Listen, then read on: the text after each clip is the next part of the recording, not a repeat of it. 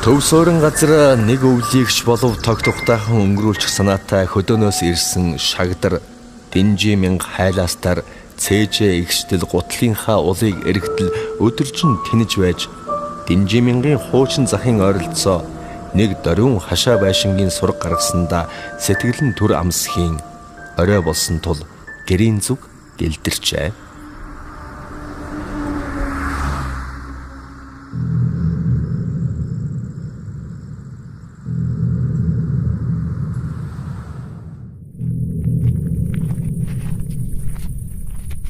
Маргааш нь эртлэн босч таарлдсан болгоноосоо асууж сургалсаар арайхийн олж очвол хавьдаа хүн амтан байгаагүй бололтой шарилж лойл халгаа мэтийн хогийн урхамалд дарагдсан болохоос биш тэгш тавиухан талбай бүхий цэвэрхэн банзан хашаа барилгын сайн чанарын материалаар зодож барьсан бололтой 10-аад метрийн урттай суудсан байшин угтж гин.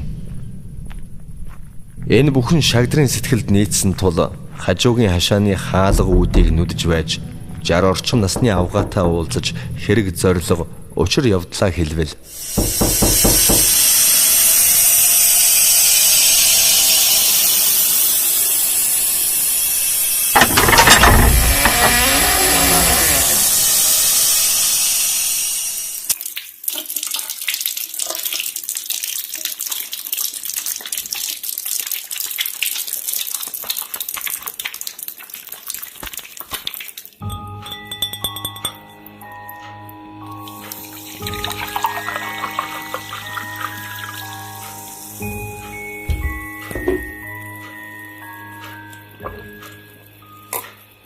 хүн намайг тоож нарийн ширээ юма ярих биштэй. Эмээн юугаа мэдхэвдээ. Энэ хашаа байшинг анх залуухан эхнэртэй ногоочин луухан барьсан юм гэсэн. Тэр эхнэр нь хэдэн жил хамт амьдарч байгаад лууханыхаа бие жилэрхэд нь хамаг ямыг нь аваад хүнтэй суугаад явчихсан юм гинлээ. Түүнээс хойш лууханч хаяад явчихсан авгаагаа өдөр шөнөгүй ярьж нэрээр нь дуудсаар байгаад өөд болоход нөгөө авгаа нь энэ хашаа байшинг зарчихсан юм гинлээ. Би хөдөөнөөс ирээд 2 жил болж байна. Тэгэхэд айл иржил байдаг, нүүжил байдаг. Эмээн үүнээс өөр дуулж мэдсэн юм алгадаа. Харин хавар нүүсэн айл нь худаг ус, дэлгүүр хоршоо, сургууль эмнэлэгт ойртон гээд 1200 өрөө байранд орж байсан. Тэр айлд очиж асуухгүй юу да. Бодвол хүн хөлсөөр суулгах үн мөнгөн таарвал зарах байлгүй дээ.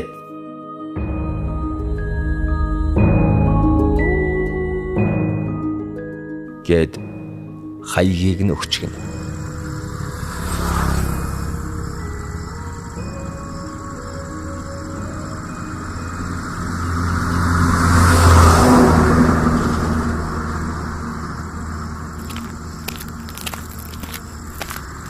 Шагдар хөгшний зааснаар хашааны эзнийг төвөггүй болж учир байдлаа ярил.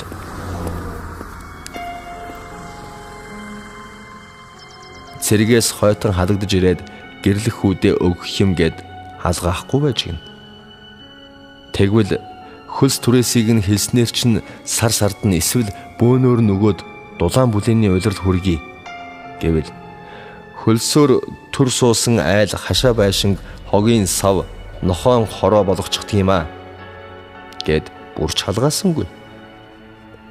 Гүн ч одоо хүн хилээрээ мал хөлөөрөө гэдэгдээ ямар ч хүнтэй ярьж хөөрч байгаад болдгсон. Энэ яасан яхар хатуу хүн бэ? Хитэн малын буян байхад салгажил таарандаа гэж бодоод Шагдар маргааш нь ирж уулзахаар болоод гарч гин.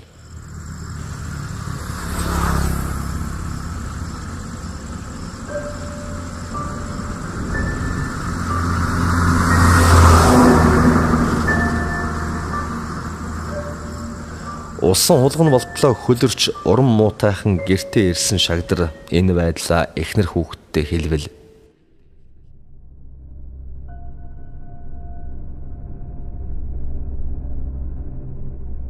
Нэгд оршуулгын газартаа ойрхон, хоёрт үгсэн хятадын барьсан хашаа байшин яах гэсэн бэ?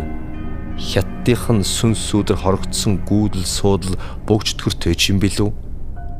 Тийм болоод ч худлаа үнэрхэд байгаа байлгүй дээ. Шагдар минь болж үз. Өөр юм хаа мундах вэ дээ? Гэж эхнэр нь тас зуржээ. Ийм үг сонсож суусан угийн зөрүүд зантаан дээр улаан намын гишүүн хүн болохоор юуны чинь гүйдэл суудал бөгжтгөр. Тийм сайхан газар хашаа байшин амар хэлбэр олдохгүй.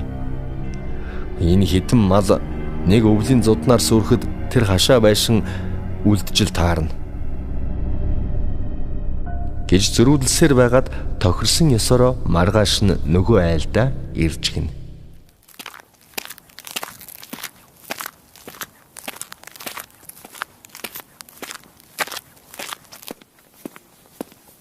Гэрийн эзэн сансныг бодвол нилээд зөөлөрч гсэн байдалтай. За чи үнэхээр сонирхоод байгаа юм бол мөнгөө бөөнөр нөгөөд авахгүй юу да? Хүүхэд халагдаад иртэл бас ч зайч байна. Тэр болтол би нэг арга олох байлгүй дээ. Харин хойтын өдөр хожмын маргааш янз бүрийн шалтгаан шалтгаан тоочоод 8 буцна гэхгүй биз?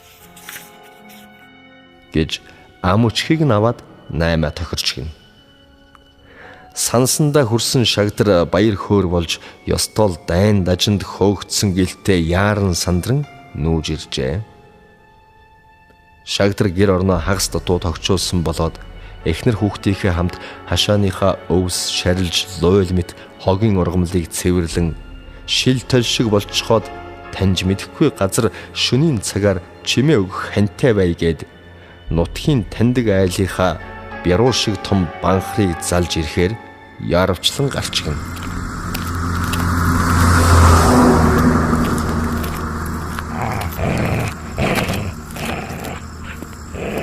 Сэтгэл санаандаа бүрэн дүүрэн нийцсэн газар тоглог хашаа байшинд сэтгэл зовхгүй тав тухтай амьдрах болсондоо баттай итгэсэн өрхийн тэргүүн эхнэр хүүхдэрээ бууз хийлгэж ганц шил юм задлан хангаа дэлхийдээ сэржимдэн өргөж өөрөө дуустал нь хүртээд орондоо оржээ. Хашаанда тарьсан төрөл бүрийн эрт ургацын ногоо жимсгнийхээ мөнгөөр үн цохиж авсан цоошин шинэхэн машинаараа хөдөө байгаа ах дүү нараараа айлчлах далимаар үлдсэн хідэн малынхаа тарга твэрхийг үзэхээр замд гарах гэж байтал эхнэр нь угц татан амтад зүүд нойрноос нь сэрээхэн тэр.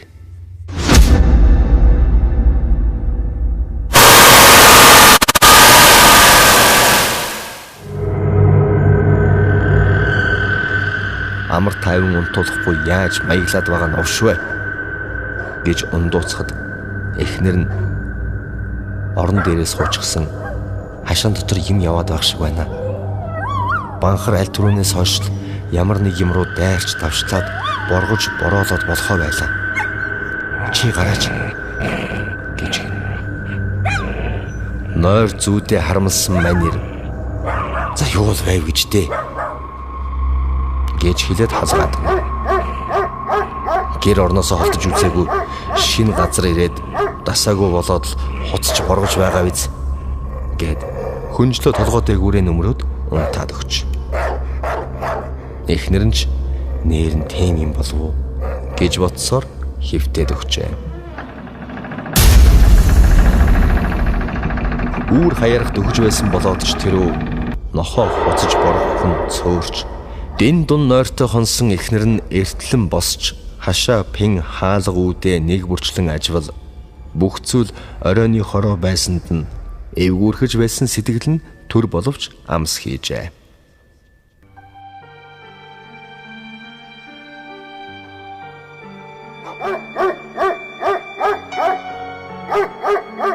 Маргаашийн шин дундаас хойш нохой нь бас л амар заяа үзүүлэхэ болоход эхнэр нь босч цонхороо харвал сахал үс нь өвдгөндөө хүрсэн хэлхээтэй арга ясан дээгүр цагаан даавуу шиг юм хөдрөсөн хүн дүрстэй амтан сүйтгэн явсаар харанхуйд уусах мэт бараа тасрлаа.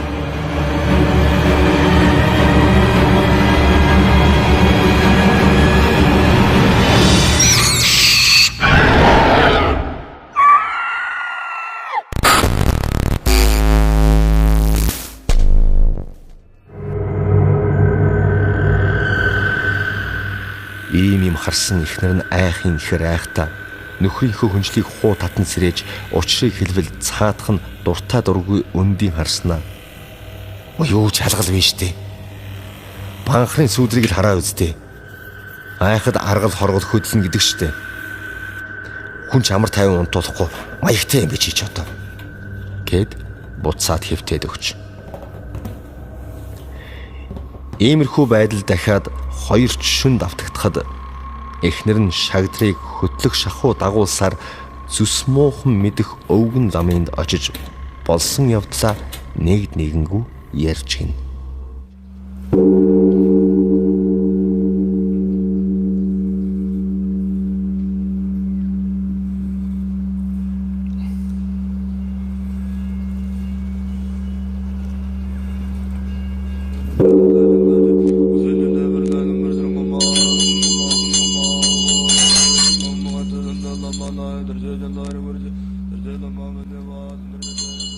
Ламтан эрх татаж зоос гүйлгэж үзснэ.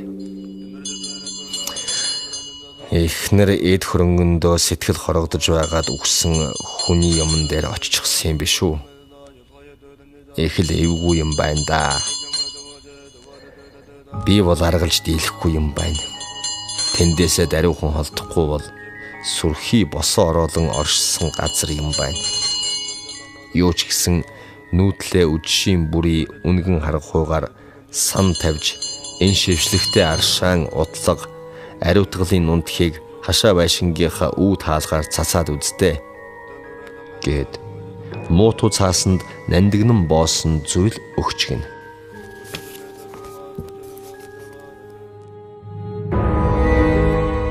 Ламтны үгийг сонсож дуусаад хүний эхнэр эд хөрөнгөндөө хоргоцсон сүнс сүудрийг түр боловч зайлуулах эд шидийн юм авсан эхнэр нь буцах замдаа.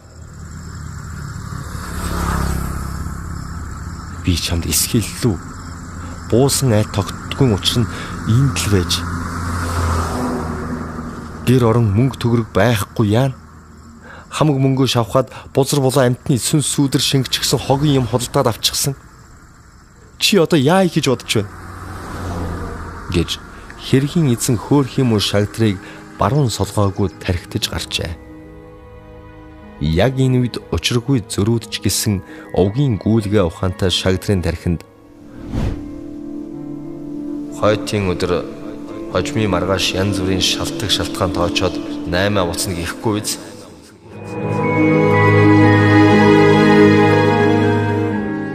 Наймаа буцахгүй шүү гэд ам өчиг аваад байсны учрыг одоо л мэдлээ гэсэн бодол харван орж тэр дорхноо хүнсний төрөл бүрийн ногоо жимсэх нь тарих үржил шимтэй хөрстэй худаг ус дэлгүүр сургуультай ойрхон сайн чанарын материалаар барьсан хашаа суудсны байшинг хям дүнээр яаралтай зарна гэсэн зар хэвлэл мэдээллийн газруудад өгөхөөр яаран гарчээ.